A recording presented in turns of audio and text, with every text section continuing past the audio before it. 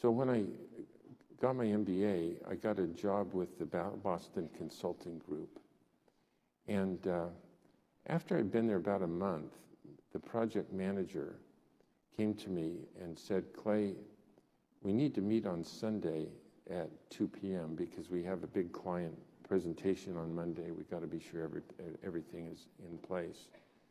And I said, oh gosh, Mike, I forgot to tell you, I'm a religious guy, and I just made a commitment that I wouldn't work on Sunday. And he just went bonkers.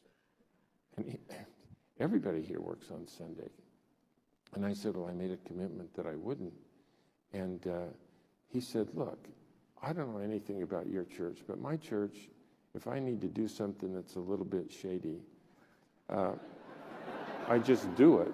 And then I find a priest and I confess that I did it. And I promise never to do it again, you know. And he said, doesn't your church have some kind of escape gout or whatever? And I said, I've been looking for that out for a long time, and I don't think they have it. Harvard trapdoors. That's right. And so I said, I can't do it, I'm sorry.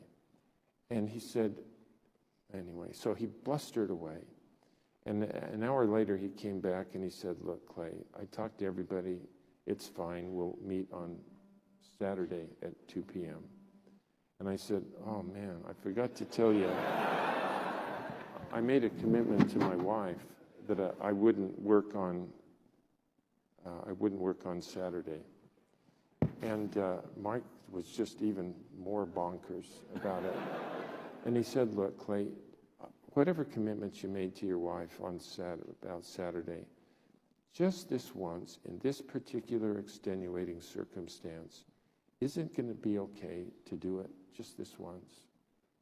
And I said, Mike, I am not on this earth to make the partners at BCG to become richer. You know, I really want to be a good husband and a good father. And if I spend my Saturdays here at BCG, I will be implementing a strategy that I don't intend to pursue. And he was really mad at that. And so then he came back an hour later and he said, look, I talked to the team. Do you happen to work on Friday, perchance?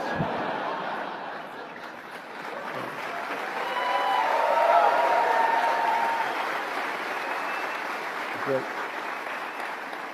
you know, it turns out that decision is one of the most important decisions I ever made, because it turns out that my whole life has been filled with an unending stream of extenuating circumstances.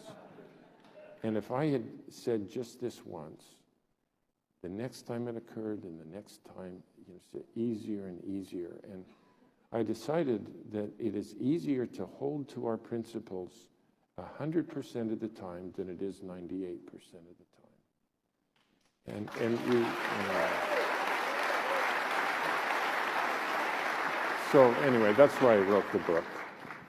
Mark, anything you want to add to that? I think I'm going to stop working on weekends.